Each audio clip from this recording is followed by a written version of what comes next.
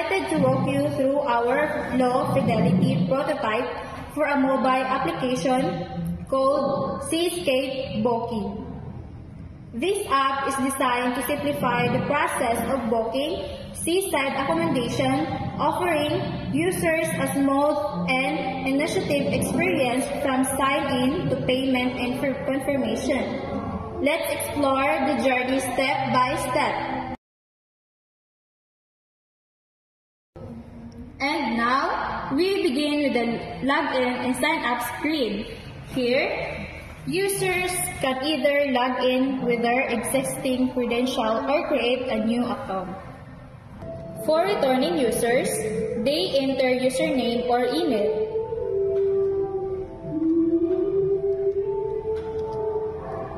Then, after that, the password. Then, tap Login. New users can sign up by entering their details.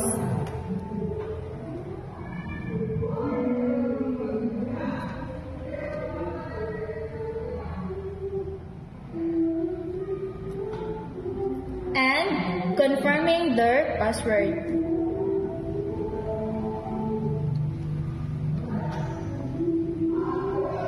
For convenience, we also offer Google and Facebook login options.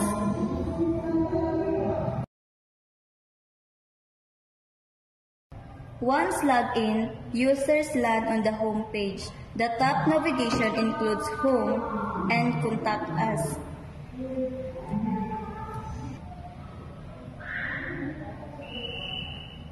The central illustration sets the beachside mood, featuring a hat and umbrellas. A bold Book Now button invites users to begin their reservation.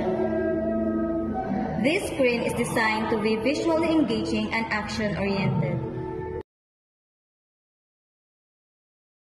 If users need assistance, they can tap Contact Us.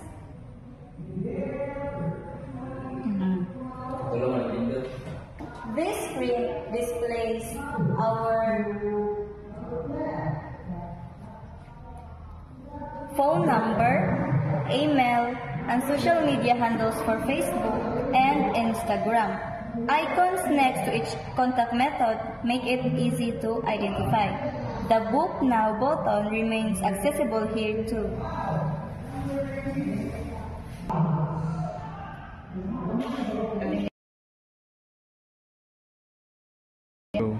Next, users fill out the booking form.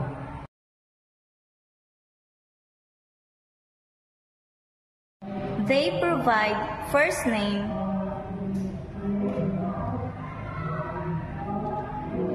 last name,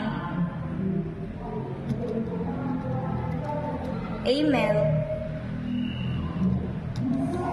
and phone number. Desired booking date and time,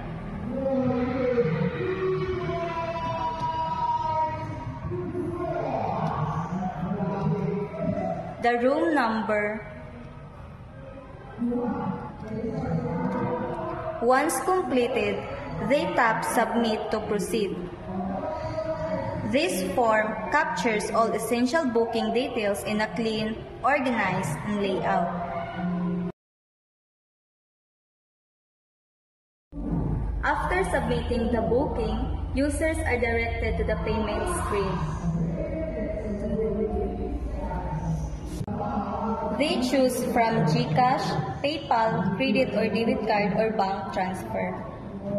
If using a card, they enter cardholder name, card number, expiration date, or CVV, and bank name. They can also opt to save the card for future bookings. The total payment is displayed and they tap Pay Now to complete the transaction.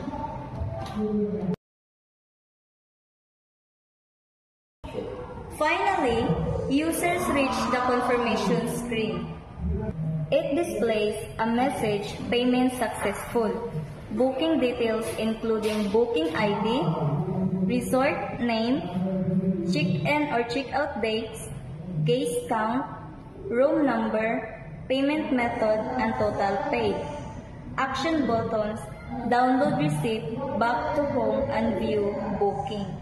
This reassures users that the reservation is complete and provides next steps.